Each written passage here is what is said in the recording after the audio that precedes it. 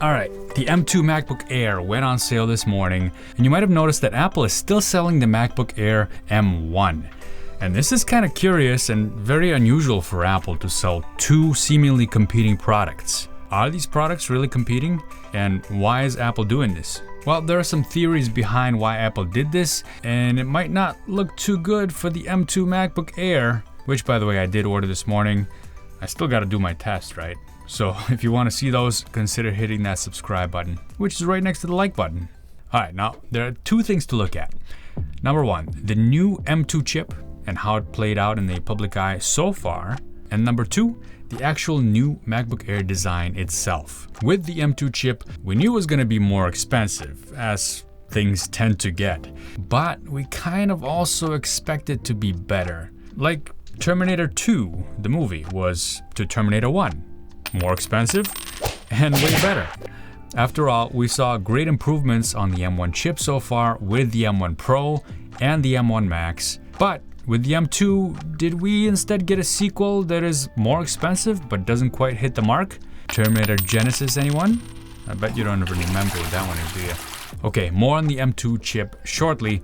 Let's consider the newly designed MacBook Air for a second. Got a comment from a longtime subscriber, Sammy Buka. He's got a theory saying that Apple might not want us to buy the M2. Okay, maybe.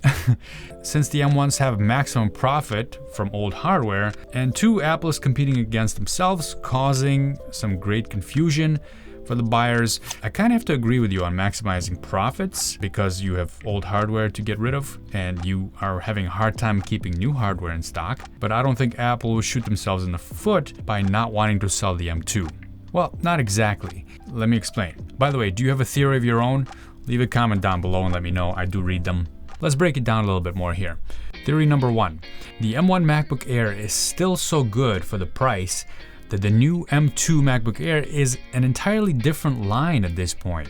The M2 MacBook Air might share its name with its older cousin, but its pricing puts it into a whole new category, like a small MacBook Pro territory. In fact, the MacBook Air that I bought with 10 cores of GPU and 24 gigs of RAM and 1 terabyte SSD, I just purchased that this morning, it cost me over $2,000, $2,099 plus tax, which is more than the starting price of a new 14-inch MacBook Pro, the base model.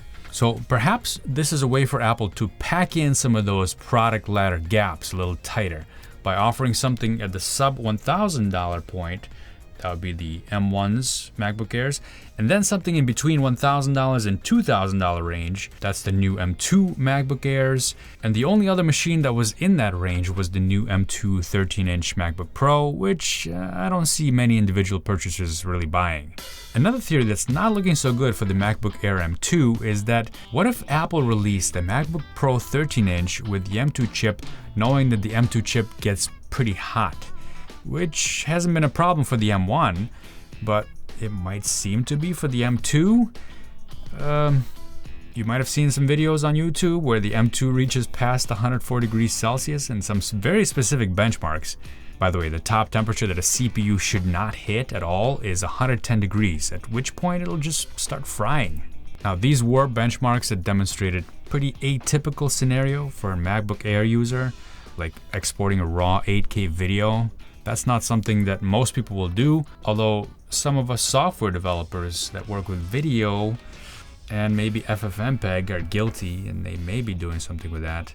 But I think we know who we are and probably will get the Mac Studio or the Mac Pro or the MacBook Pro with the M1 Max chip for that purpose. And by the way, I shouldn't say we, since my software development tasks don't have my CPU ever reaching those temperatures. And the video work that I do for this channel and for video courses that I create, I never use 8K video anyway, and probably won't for a long time to come. And if this chip gets so hot in a machine that has fans, like the M2 MacBook Pro, imagine what's going to happen in the MacBook Air that doesn't have fans. In that case, one of two things might happen. The obvious one being the machine is just going to get really, really hot. And the second, Apple may have to severely throttle the M2 in the MacBook Air. So this brings us back to the theory behind the point why Apple left the M1 MacBook Air in the store. And that's because the M2, when throttled, might not actually perform better than the M1. at least not by much. So for the price, it might even be worth getting the older model. And since it's available and ready to be purchased, and Apple has them laying around, there you go. All right, another theory is that since Apple is really struggling with inventory, they've been shoving the M2 chips into old MacBook Pro bodies and slapping a new sticker on the box, and there you go. There's your new Mac for you. And anything beyond the very base model has a waiting list that stretches into months. Some people have told me that they're still waiting for their 2021 MacBook Pros to arrive. The stopgap measure here is to sell people something when they need it, which is right now. They have the MacBook Airs still around, sitting on shelves, so why not capitalize on that, right? You'd do the same thing, wouldn't you? You can get a 16GB model of the MacBook M1, MacBook Air today, but if you try to get a 16GB model of the M2 MacBook Air, sorry, you gotta wait.